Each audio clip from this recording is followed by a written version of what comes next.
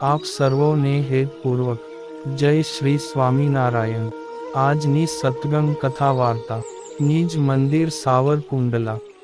પવિત્ર ચાતુર્માસમાં આપને શ્રીમદ ભાગવતના દશમ સ્કંધની કથા સાંભળશું। અધ્યાય 56। શ્રી શુકદેવજી બોલ્યા, હે રાજન, સત્રાજીત નામના યાદવે શ્રી કૃષ્ણનો અપરાધ કરીને તેના નિવારણ માટે પોતે જ સામેથી ઉદ્યમ કરી સત્યભામા નામની પોતાની કધયા અહીં કથા પ્રસંગમાં વારંવાર કધ્યા એવો શબ્દ પ્રયોગ આવશે ત્યારે તેનો અર્થ કન્યા એવો સમજવો। સ્યમંતક મણિ સાથે શ્રી કૃષ્ણને પરણાવી આપી હતી। પરીક્ષિત રાજાએ પૂછ્યું, હે બ્રાહ્મણ, સત્રાજીતે શ્રી કૃષ્ણનો શો અપરાધ કર્યો હતો? સ્યમંતક મણિ તેની પાસે ક્યાંથી આવ્યો હતો અને તેણે પોતાની પુત્રી શ્રી કૃષ્ણને કેમ પરણાવી હતી?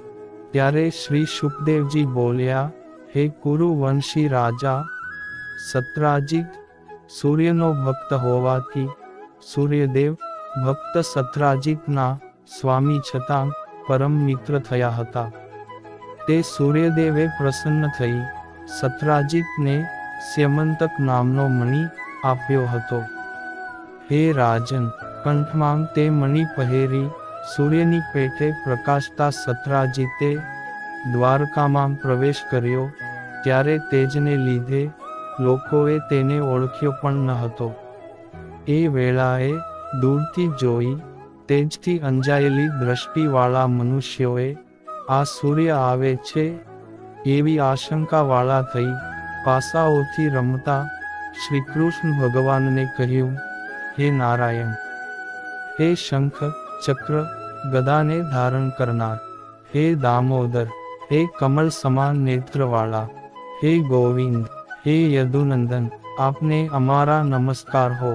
હે જગતના પતિ, આ તીક્ષ્ણ કિરણોવાળા સૂર્યદેવ કિરણોના સમૂહથી મનુષ્યોના નેત્રને આંજી દેતા આપના દર્શન કરવાની ઈચ્છાથી અહીં આવે છે।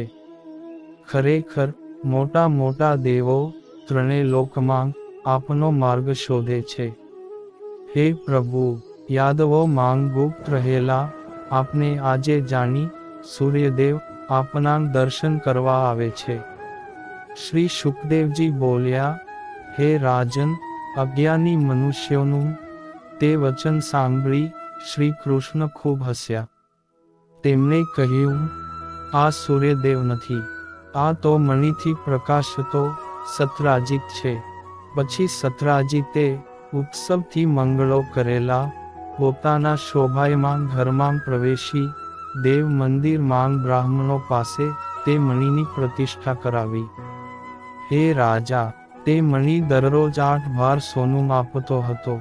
તેનું માપ આ પ્રમાણે છે: 4 વ્રીહિનો 1 ગુંજ, 5 ગુંજનો 1 પણ, 8 પણનો 1 ધરણ, 8 ધરણનો 1 કર્ષ, 4 કર્ષનો 1 પલ, 100 પલની 1 તુલા અને 20 તુલાનો 1 ભાર। શ્રીધર સ્વામીએ લખ્યા પ્રમાણે 720 ગુંજનો 1 કર્ષ 2 તોલા અથવા 192 રતિ થાય છે। એવા 4 કર્ષનો 1 પલ, 8 તોલા, 2000 પલનો 1 ભાર, 16000 તોલા અથવા 10 મણ, 8 ભાર એટલે 80 મણ, બંગાળી 40 મણ। આમાં સ્યમંતક નામનો નાનકડો મણિ 80 મણ સોનું દરરોજ આપતો હતો। જ્યાં તેની પૂજા થતી ત્યાં દુષ્કાળ, મરકી, અમંગળો, સર્પો, માનસિક પીડા, શારીરિક પીડા, અશુભો કે માયાવીઓ રહી શકતા ન હતા। એક વખતે શ્રી કૃષ્ણે તે મણિ યદુરાજ ઉગ્રસેન માટે માગ્યો પણ ધનના લાલચુ સત્રાજીતે શ્રી કૃષ્ણની માગણીના ભંગનો વિચાર કર્યા વિના તે મણિ આપ્યો નહીં। પછી એક સમયે સત્રાજીતનો ભાઈ પ્રસેન તે મહા તેજસ્વી મણિને કંઠમાં પહેરી ઘોડા પર બેસી વનમાં મૃગ્યા કરવા ગયો। ત્યાં કોઈ કેસરી સિંહે પ્રસેને ઘોડા સાથે મારી નાખી પહાડમાં પેઠો, તેવામાં જાંબવાન નામના રીંછે મણીની ઈચ્છાથી તે સિંહને મારી નાખ્યો, અને તેણે પણ પોતાની ગુફામાં મણીને બાળકના રમકડા તરીકે રાખ્યો. બીજી તરફ સત્રાજીત ભાઈને ન જોઈ સંતાપ કરવા લાગ્યો ને કહેવા લાગ્યો, મારો ભાઈ ડોકમાં મણી પહેરી વનમાં ગયો હતો, ત્યાં દ્વેષ ભાવે કરી કૃષ્ણે તેને મારી નાખ્યો છે. આ વાત એકબીજાને લોકો કહેવા લાગ્યા. તે ભગવાન કૃષ્ણએ સાંભળી પોતાના પર આવેલો અપયશ દૂર કરવા નગરવાસીઓ સાથે પ્રસેનની તપાસ કરવા નીકળ્યા. તેમણે વનમાં જઈને જોયું તો પ્રસેને તથા તેના ઘોડાને કેસરી સિંહે માર્યો હતો, અને તે કેસરી સિંહને રીંછ જાંબવાને પર્વતની પીઠ પર મારેલો લોકોએ જોયો. રીંછોના રાજા જાંબવાનની ગુફા ઘોર અંધકારથી વ્યાપ્ત અને ભયંકર હતી. તેમાં ભગવાન એકલા જ પ્રજાજનોને બહાર બેસાડી પોતે અંદર પેઠા. ત્યાં તે ઉત્તમ મણીને બાળકનું રમકડું કરેલો જોઈ તેને લઈ લેવાના વિચારથી શ્રી ભગવાન ગુફાની અંદર બાળક પાસે ઊભા રહ્યા. એટલે બાળકની ધાવ માતા તે નવીન પુરુષને જોઈ જાણે ભય પામી હોય તેમ બૂમો પાડવા લાગી. તે સાંભળી બળવાનોમાં શ્રેષ્ઠ જાંબવાન ક્રોધાયમાન થઈ દોડી આવ્યો, અને પોતાના સ્વામી ભગવાન સાથે યુદ્ધ કરવા લાગ્યો. પોતાના સ્વામી એમ કહેવામાં આશય એ છે કે રામાવતાર માંગ ભગવાન રામચંદ્ર જાંબવાનના સ્વામી હતા, અને તે જ શ્રીકૃષ્ણ છે, કારણ કે કોપેલો તે ભગવાનને સામાન્ય પુરુષ માની તેમના પ્રભાવને જાણતો ન હતો. પછી માંસ માટે બે બાજ પક્ષીઓનું જેમ યુદ્ધ થાય તેમ વિજયની ઈચ્છાવાળા તે બંનેનું આયુધો, પથ્થરો, વૃક્ષો તથા હાથોહાથ મહાભયંકર દ્વંદ્વ યુદ્ધ થયું. તે યુદ્ધ સામ સામે વજ્રના પ્રહાર જેવી કઠોર મુઠ્ઠીઓના મારથી રાત દિવસ અટક્યા વિના 28 દિવસ સુધી ચાલ્યું.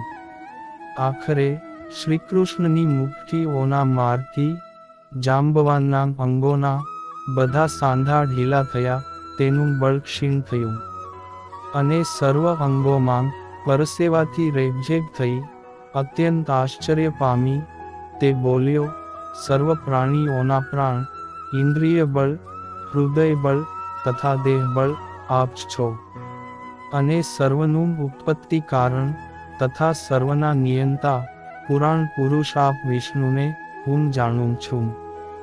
આપ સર્વ પ્રજાપતિઓના પણ સ્રષ્ટા નિમિત્ત કારણ છો, અને મહત્તત્વ આદિ સર્વ ઉત્પન્ન કરવા યોગ્ય કાર્યોનું મૂળ કારણ પણ આપ જ છો. આપ નિયમન કરનારાઓના પણ નિયંતા, કાળ, પરમેશ્વર અને વ્યષ્ટિ, સમષ્ટિ રૂપ સર્વ જીવોના આત્મા અંતર્યામી છો. પૂર્વે રામાવતાર માંગ આપના સહજ પ્રદીપ્ત ક્રોધના કટાક્ષો છૂટતાં જ જેમાં મગર મચ્છો અને મોટાંગ માછલામો ખળબળી ઉઠ્યાં હતાં, એવા મહાસાગરે આપને માર્ગ આપ્યો હતો. છતાં આપે તો તે મહાસાગર ઉપર પોતાનો યશરૂપ પુલ જ બાંધ્યો હતો. લંકાને બાળી હતી, અને આપનાં બાણોથી કપાયેલાં રાવણનાં માથાં ધરણી પર પડ્યાં હતાં. તે જ આપ મારા ઈષ્ટદેવ શ્રીરામચંદ્ર છો. શ્રી શુકદેવજી બોલ્યા, હે મહારાજ પરીક્ષિત, એમ ભગવાનને જેણે જાણ્યા હતા એવા રીંછોના રાજા ભક્ત જાંબવાનને કમળ સમાન નેત્રવાળા શ્રી કૃષ્ણ ભગવાને પરમ કૃપાથી કલ્યાણકારી હાથથી સ્પર્શ કરીને પ્રેમથી ગંભીર વાણી વડે કહ્યું, હે રીંછોના રાજા, આ મણીને લીધે મારા પર ખોટું આળ આવ્યું છે તેને દૂર કરવા આ મણી લેવા સારું જ અમે આ ગુફામાં આવ્યા છીએ. શ્રી ભગવાને એમ કહ્યું એટલે જાંબવાને તેમનો સત્કાર કરવા મણી સાથે જાંબુતી નામની કન્યા એટલે કન્યા શ્રી કૃષ્ણને હર્ષથી આપી. બીજી તરફ ગુફાની બહાર રહેલા લોકો શ્રીકૃષ્ણને બહાર ન નીકળેલા જોઈ 12 દિવસ સુધી રાહ જોઈ આખરે દુઃખી થઈ દ્વારકા ગયા. શ્રીકૃષ્ણને ગુફામાંથી બહાર નહીં નીકળેલા સાંભળી દેવી દેવકી, રૂક્મિણી, વસુદેવ વગેરે સંબંધીઓ તથા જ્ઞાતિબંધુઓ શોક કરવા લાગ્યા અને તે દ્વારકાવાસીઓ સત્રાજીતને ગાળો દેતા શ્રી કૃષ્ણની પ્રાપ્તિ માટે મહામાયા દુર્ગા દેવીનું આરાધન કરવા લાગ્યા. એટલે દુર્ગા દેવીએ આરાધનથી તેઓને આશીર્વાદ આપ્યો, તમે શ્રીકૃષ્ણને જોશો. એટલે તુરત જ શ્રીહરિ કાર્ય સિદ્ધ કરી સર્વને હર્ષ ઉપજાવતા સ્ત્રી સાથે ત્યાં પ્રકટ થયા. મરીને પાછા આવ્યા હોય તેમ શ્રી કૃષ્ણને કંઠમાં મણી પહેરી સ્ત્રી સાથે આવેલા જોઈ સર્વને ઘણો જ આનંદ થયો. પછી સત્રાજીતને સભામાં બોલાવી ઉગ્રસેન રાજાની સમક્ષ મણીની પ્રાપ્તિ કેવી રીતે થઈ તે વાત જણાવી ભગવાને તે મણી સત્રાજીતને સોંપી દીધો. એટલે સત્રાજીત ઘણો જ શરમાયો. તે મણી લઈને નીચે મોઢે પોતાના પાપનો પશ્ચાતાપ કરતો ઘેર ગયો ને બળવાન સાથે વિરોધ થવાથી ગભરાઈને તે પોતાના દોષનો વિચાર કરવા લાગ્યો કે હું મારો અપરાધ કેવી રીતે દૂર કરું, શ્રી કૃષ્ણ મારા પર કેવી રીતે પ્રસન્ન થાય, શું કરવાથી મારું કલ્યાણ થાય. ટૂંકી દ્રષ્ટિવાળા શુદ્ર મૂઢ ને ધનના લાલચુ લોકો મને શું કરવાથી ગાળો ન દે. એમ ખૂબ વિચાર કરી તેણે નિશ્ચય કર્યો કે સ્ત્રીઓમાં રત્ન જેવી મારી પુત્રી સત્યભામા અને આ મણી હું શ્રી કૃષ્ણને આપું. આ ઉપાય ઠીક છે. આમ કર્યા વિના બીજા કોઈ ઉપાયે મારા અપરાધની શાંતિ થાય એમ નથી. બુદ્ધિથી આવો નિશ્ચય કરી સત્રાજીત પોતે જ તે કામ કરવા તૈયાર થઈ પોતાની સુંદર પુત્રી તથા મણી તેણે શ્રી કૃષ્ણને આપ્યા. એટલે શ્રી ભગવાન શીલ, રૂપ, ઉદારતા વગેરે ગુણોવાળી અને તેથી અનેક પુરુષોએ માગેલી તે સત્યભામાને વિધિપૂર્વક પરણ્યા.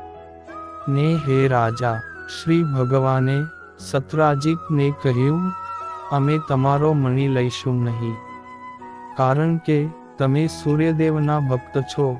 એમ કહી શ્રી ભગવાન તેમના પ્રત્યે કટાક્ષ કરે છે કે તમે કંઈ અમારા ભક્ત નથી, સૂર્યદેવના ભક્ત છો, તેથી તે મણી તમારી પાસે જ ભલે રહે, અમે તો ફળ ભોગવનારા છીએ. આ મહિન ભગવાન શ્રી કૃષ્ણ અને સત્યભામાના વિવાહની કથા સાંભળી. ઇતિ શ્રીમદ ભાગવત મહાપુરાણના દશમ સ્કંદ પૂર્વાર્ધને વિશે 56મો અધ્યાય સમાપ્ત. ને હવે પછીની કથા વાર્તા આપને આગળના ભાગમાં સાંભળશું. અત્યારે આપ સર્વોને ભાવથી જય શ્રી સ્વામિનારાયણ.